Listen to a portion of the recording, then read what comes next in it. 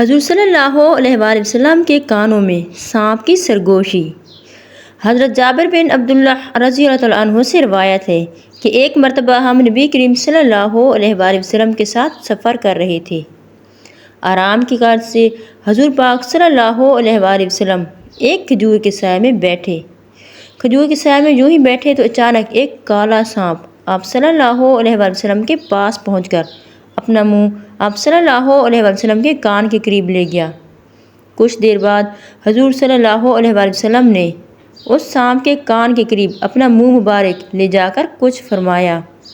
اس کے بعد وہ سانپ ایسے غائب ہوا جیسے اس کو زمین نگل گئی ہو۔ ہم نے عرض کی، یا رسول اللہ صلی اللہ علیہ وآلہ وسلم، ہم اس سانپ کو آپ کے قریب دیکھ کر ڈر گئے تھے۔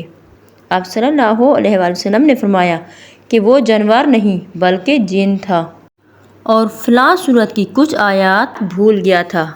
انہی آیات کی تحقیق کے لیے جنات نے اسے بھیجا تھا۔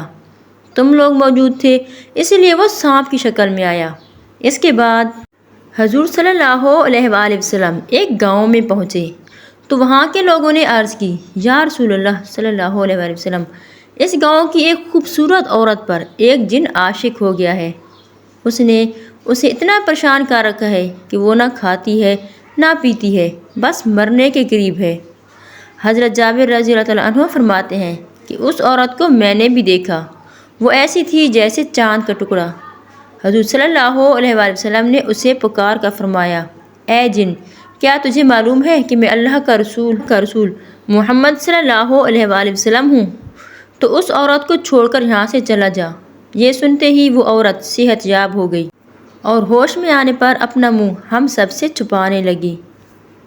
سامعین گرامی، اس سے پہلے بھی ہم 2 ویڈیو میں یہ بتا چکے ہیں کہ اگر کسی کو جنات تنگ کریں یعنی کہ کالا جادو ہو اور ان کے اثرات سے بچنے کا کیا تدارب ہے، یہ جاننے کے لیے اس سے پہلے ہمارے لنک میں ویڈیو موجود ہے، کالے جادو کا توڑ۔